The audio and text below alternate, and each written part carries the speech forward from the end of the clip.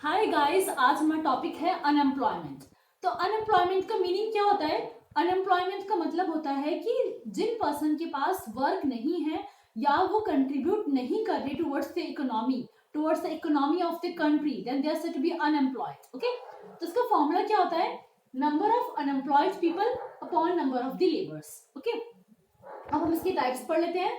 Structural unemployment क्या होता है कि स्ट्रक्चर में चेंज आया। जैसे कि क्या हुआ कोविड-19 में, जब कोविड-19 में स्कूल्स वगैरह बंद होने लग गए थे, तो जो लोग ऑफलाइन क्लासेस लेते थे वो ऑनलाइन नहीं पढ़ा पा रहे थे, क्योंकि उनको नहीं पता कि किस तरह से उस टेक्नोलॉजी को यूज करना है, वो अवेयर नहीं है उसके लिए, तो वो स्ट्रक्चर अनएम्प्लॉयड हो गए थे। नेक्स्ट आता है आपका फ्रिक्शनल अनएम्प्लॉयमेंट। इसमें क्या होता है कि एक पर्सन है वो बार बार अपनी जॉब को चेंज कर रहा है। अभी उसके पास जॉब है, फिर वो यूपीएससी की तैयारी करने लग गया, तो यहाँ पर उसकी जो वो है अनएम्प्लॉयमेंट है वो टेम्पररी है, बट वो है, तो उसको बोलते हैं फ्रिक्शनल अनएम्प्लॉयमेंट।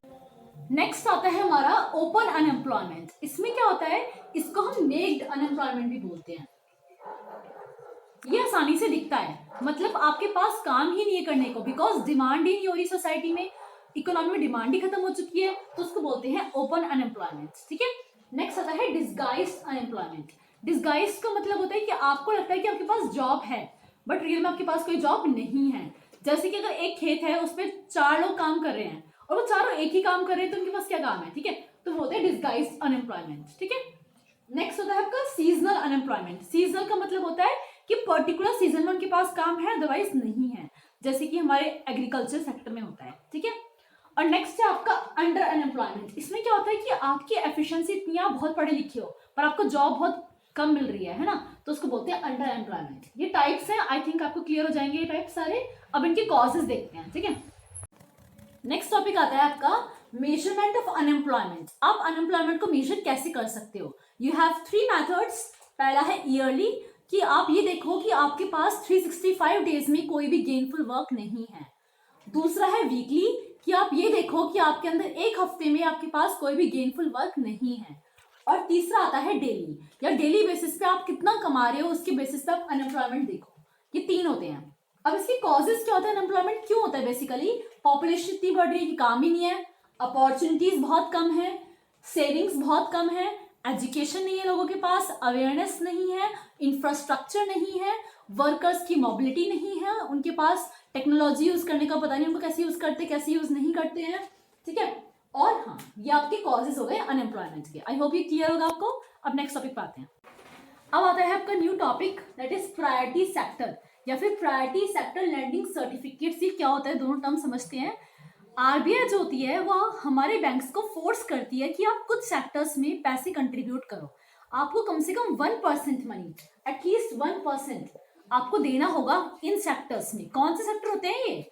एग्रीकल्चर हो गया आपका, एमएसएमई हो गया, कॉटेज इंडस्ट्रीज हो गया, ठीक है, या अदर स्मॉल इंडस्ट्रीज हो गया।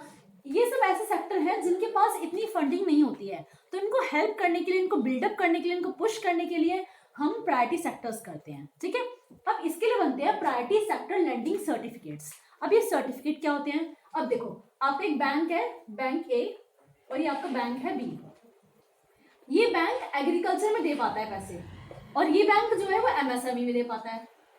तो ये बैंक एक सर्टिफिकेट इशू करके इसको दे देगा। ठीक है, तो ये ए ने सर्टिफिकेट इशू किया जिसके थ्रू ये जो बी बैंक है ये भी एग्रीकल्चर सेक्टर में पैसे दे सकता है। इसी को बोलते हैं प्रायोरिटी सेक्टर लैंडिंग सर्टिफिकेट्स। ठीक है, अब बेसिकली क्या होता है, 40% होता है ये सिंपल बैंक्स के लिए, और अगर आपकी कोई फॉरेन बैंक है जिसके अंदर 200 ब्रांचेस से कम है, तो उसके लिए कितना होता है? 32%। मतलब सबको प्रायोरिटी सेक्टर लैंडिंग सर्टिफिकेट देना पड़ेगा, चाहे वो कोई भी हो, चाहे वो इंडियन बैंक हो या फॉरेन बैंक हो। ठीक है, ये टॉपिक हमारा क्लियर हो गया यहाँ पे। अब नेक्स्ट टॉपिक पे आते हैं, इसका नाम है हमारा इन्फ्लेशन। नेक्स्ट टॉपिक हमने बोला इन्फ्लेशन है, तो इन्फ्लेशन की डेफिनेशन क्या होती है? इन्फ्लेशन मीन्स होता है किसी भी प्राइस, चाहे वो गुड्स के प्राइस हो या सर्विसेज के प्राइस हो, उनका एक परसिस्टेंट इंक्रीज हो रहा है over a long period of time. Mark the keywords. Persistent increase of goods and services over a long period of time is known as inflation. Okay, I hope it is clear now. इसके types 2 होते हैं, demand pull and supply push. अगर demand बहुत ज्यादा बढ़ जाती है किसी चीज की, तो महंगाई बढ़ जाती है, ठीक है। और अगर किसी चीज की सप्लाई कम हो जाती है तो भी महंगाई बढ़ जाती है। अब इसके पीछे कारण क्या है वो देख लेते हैं। जैसे रॉ मटेरियल, कच्चे माल की कच्चा माल जो है उसकी कॉस्ट बढ़ना, ठीक है। दूसरा है टैक्सेस बढ़ना। तीसरा कोई डिसास्टर होना। फोर्थ क्या है, कोई होर्डिंग्स एंड स्पेकुलेशंस। होर्डिंग मतलब जो लोग पैसे इकट्ठा करते रहते हैं, है ना। और फिफ्थ है आपका सब्सिडीज को कम करना। ये सारे मेथड्स होते हैं और इनकी वजह से ही इन्फ्लेशन होता है।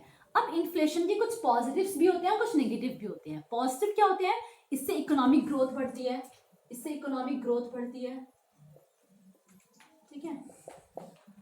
पॉजिटिव क्या, इकोनॉमिक ग्रोथ होती है, हमारा देश डेवलप होता है, लोगों के हाथ में पैसा आता है तो वो अच्छा परचेजिंग पावर होती है उनके हाथ में। बट इसके कुछ नेगेटिव इम्पैक्ट भी होते हैं। जब महंगाई बढ़ती है तो लोग क्या करते हैं, करप्शन करना स्टार्ट कर देते हैं, ब्लैक मनी बढ़ जाता है, ठीक है। लोग क्या करते हैं, जो रॉ मटेरियल होता है उसको बहुत गंदा रखते हैं, उसकी क्वालिटी बहुत खराब होती है, होर्डिंग्स करना स्टार्ट कर देते हैं, पैसे को कम करने की कोशिश करते हैं, टैक्स से बचने की कोशिश करते हैं।